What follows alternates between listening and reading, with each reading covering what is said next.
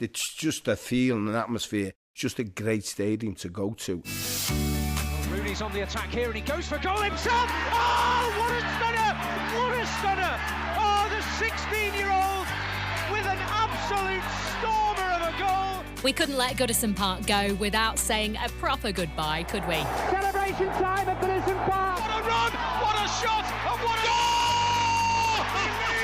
So, with the help of some legends... Hi everyone, Peter Reid here. How are you doing? My name's Graham Stewart. Goodison, Everton, changed my entire life. We're looking back on the grand old lady's rich history. Beckman has just scored a quite incredible goal at Goodison Park. Still going, Arteta. Hit it. He does. It's in. Mikel Arteta has hit an absolute screamer from 25 yards into second for Everton. 133 years of memories in the first major football stadium built in England. 2-0 for Everton, and that could be the goal which wins the championship. Fans will be sharing why they love this place too. My name's George McCain. I'm an Evertonian. And club staff. I'm Elle Barnes-Reen. I've been at the club for coming up to 13 years now. I'm currently tours and commercial events manager. Goodison Park has touched the lives of millions of people. Unbelievable history here at Goodison Park. Oh, a marvellous free kick, and the supporters behind the goal, Everton fans celebrate.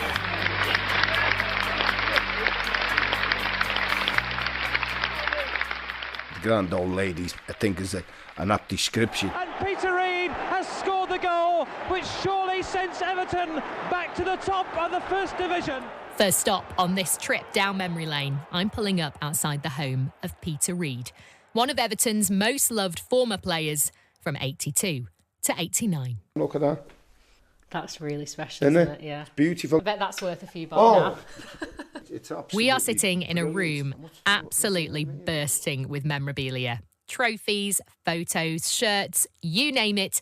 This place pays homage to those 80s glory years at Goodison Park. To be fair, Liverpool and Everton at the time were possibly two of the best sides in Europe. So you can imagine the atmosphere. I mean, at Goodison Park, Derby days, it was absolutely fantastic. The atmosphere was unbelievable.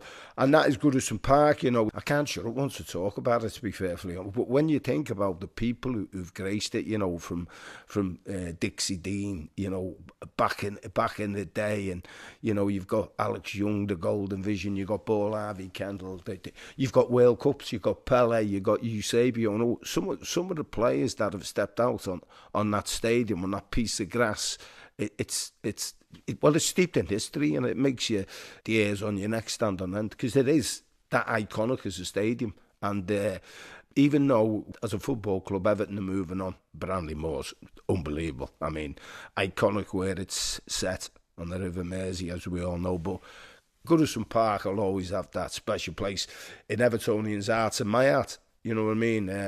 And I've got plenty of great memories, and they can't take them away from you, can they? It's going to be emotional, isn't it? It's going to be really emotional. Yeah. I mean, I get emotional talking about it, and I get excited talking about it, but that final game against Southampton, I think there'll be a lot of tears shed by ex-players who wore the blue shirt, but supporters. I mean, the grand old lady, it's a brilliant stadium, but it's the people who make it as well. And I'm sure the majority of Evertonians will have tears in their eyes. And I just think, I wouldn't be surprised if it gets tore down the stadium at the last game, because I can imagine supporters wanting the seats. You know what I mean? And I can imagine pitches around the stadium. Well, I walked down a tunnel the other day, funny enough, and there's a big picture of me, which I've never seen, holding the European Cup Winners' Cup. And it's a massive one, and I'm thinking, I'm going to rob that. I know I shouldn't say that, but I'm thinking, like, that'll look brilliant.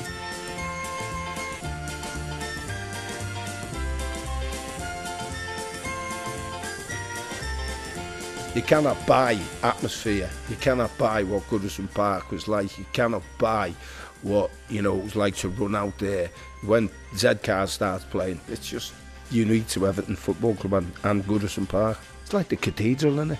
You know, the Grand Old Lays, like it. You know, you go there to pay homage. They're very close to their first European final because Andy Gray, a hat-trick in the quarter-final, has come up with a crucial semi-final goal. And Everton are in front and are on the way to Holland. Everyone talks about Bayern Munich. That night there, anybody who you talk to about that night, there must have been 200,000 people there, because every time I speak to everyone, they're at the game. Trevor Steven has a great chance into the penalty area. Trevor Steven sends Everton to the final. 3-1 the score on the... When you talk about utopia, that was it. You can't, for that night, you cannot, and I'm not being big-headed, but once we beat them, we knew we were going to win it. That was our final. Do you have any really specific memories about going back into the dressing room after you'd won? Oh, yeah, I do. I was devastated because at half-time, someone had smacked me on my calf here, so I had 6 stitches in. So I come at full-time, the champagne's out, and the lads were going into town, but my calf exploded. So Howard, the gaffer, says, right, you're going to hospital? I says, I'm not. He said, you're right. I got a police escort in me kit in the ambulance, and he took me to Lourdes. And that night, while the lads were on the lash in town celebrating the win, I was in a hospital, devastated. The game was great, but I missed the iconic night out, which forever wounds me. Here's Adrian Heath trying to make capital of it. Sheedy inside the penalty area, 2-0. Absolutely marvellous goal. Kevin Sheedy's second of the game, and Everton have torn Manchester United apart in the opening quarter of this game. And the other game I recall was earlier on that season.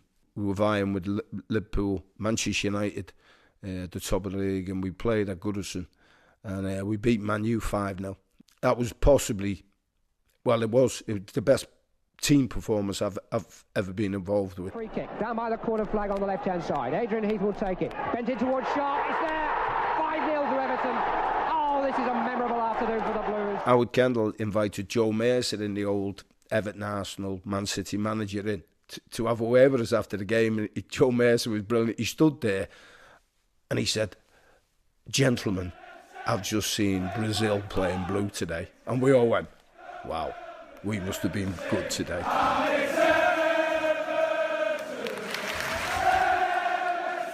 Let's fast forward to the 90s now, and Graham Stewart, best known for his 1994 goal against Wimbledon, which meant Everton survived relegation. It was such an emotional day for everybody involved. It nearly went horribly, horribly wrong. After 20 minutes, we were 2-0 down. And for all the world, it looked like we were going to get relegated. It's Stewart at the park end against Hans Segers. Can he pull it back to 2-1? Shoots, yes! Segers goes the wrong way, and Graham Stewart has got Everton right back in this one. So we get to the 81st minute, and Anders Limpar's got the ball on the left-hand side, and he plays it inside to me, just tucked in 10, 15 yards inside of him, and the ball comes to me, and I just saw Tony Cottee out the corner of my eye, so I played the first time pass into Tony Cottee. He gave me it back. Stewart tries to slide it through for Cottee. Stewart gets it back, slides it in. It's a goal! Graham Stewart has scored for Everton! It must have bobbled about 25 times before it hit the back of the net, but a magical moment. The place absolutely erupted. We've got 9 minutes to go.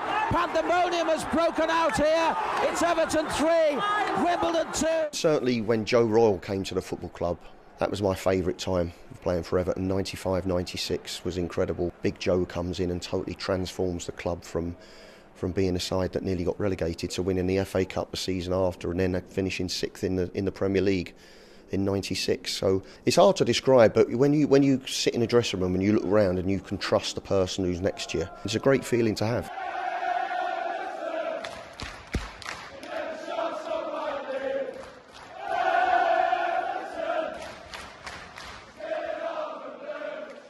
When I first came up from London to Merseyside, you could feel the intensity of the place, the passion. It's like a religion, football up here. Red or blue, to go to the match and give everything as a fan. If the players who pull their shirt on do replicate that for them, they'll be with them forever. Southampton, last game of the season, you get a little bit teary thinking about it, to be totally honest with you, because it means so much to everybody. And whether you're a fan, a player, a member of staff, it's all we've ever known. I defy anybody to try and get people off the pitch, or if there's a pitch left, to be honest with you, because they'll be taking clumps of grass and everything. Anything that's not bolted down's going, trust me. The pitch is mown every single day in the summer, watered every single day No matter what's happening on the pitch, what makes Goodison Park rock week in, week out is the fans. Fans like George McCain, who's rarely missed a game since 1959. I used to love the noise and the swaying and the pushing and shoving. Now I'd rather sit in comfort. But of the last 40 plus years, when I've been going with the same people every game, it's an anchor in all of our lives. No matter what's going on, you know that on Saturday you can go to match. What I love about Goodison and what I love about Everton and what I love about the constancy of going to the same place, the same pub, walking the same path with the same people, going in your season ticket, is it allows men to shake hands, hug you, and I don't just mean when a goal's scored, give you a kiss and say, "Oh, I love you, George," and I'll say to them, "I love you, Mick."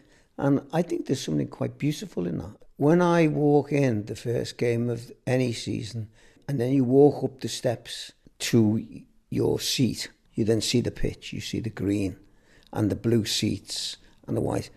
And I get a tear. I really genuinely just get choked up a little bit. It's something special. It's a big part of our lives.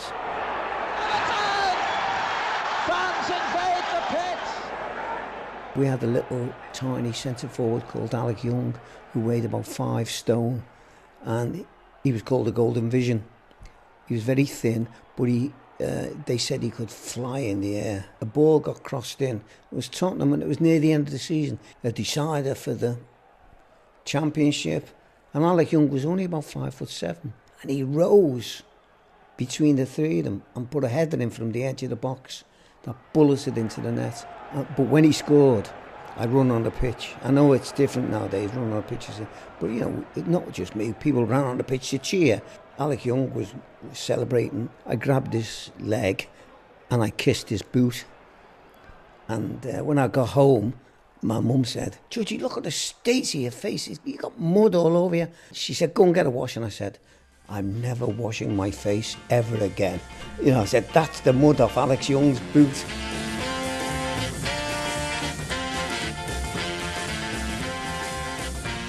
We were the first to install dugouts, first to have a player coach manager, first to have a virtual mascot, first to go and reach 100 years of top flight football, first to reach 5,000 top flight games. Not many people know more about Goodison Park than the tour guides. Elle Barnes-Reen grew up here watching her nan guide fans around this stadium. Now she's taken over the reins, serving a slice of Goodison history to fans who grace the ground. My nan had been at the club for over 40 years before she passed, been on tours specifically for over 20 years, and I kind of inherited the role from her. 13 years on, they've not been able to get rid of me. At the moment, what we show is the typical areas: changing rooms, media room, pitch sides. I think people expect to see that. We are due to open up other areas of the stadium in the latter end of the season, just to allow those Evertonians who've not seen Goodison on a non-match day in the likes of the Bullens Road, the Gladys Street, which are really old school. There is a hidden turnstile that isn't in use anymore that we found a couple of weeks ago. That was quite exceptional because it just shows you the age of the stadium and how much we've developed across different stands. You can go through the areas of football when you look at each and every stand here at Goodison. There is also the female referee changing rooms, which have old school tiles on them, so the old badge, and I think that's quite authentic. I like that area. And you've got, I mean, a whole host of facts inside your head that are sort of ingrained in you now. What's your favourite one? Most Evertonians probably know it, but it's definitely the Dixie Dean story. The fact that he was a Blue through and through and living the dream that loads of youngsters will have right now, you know, of playing for Everton Football Club.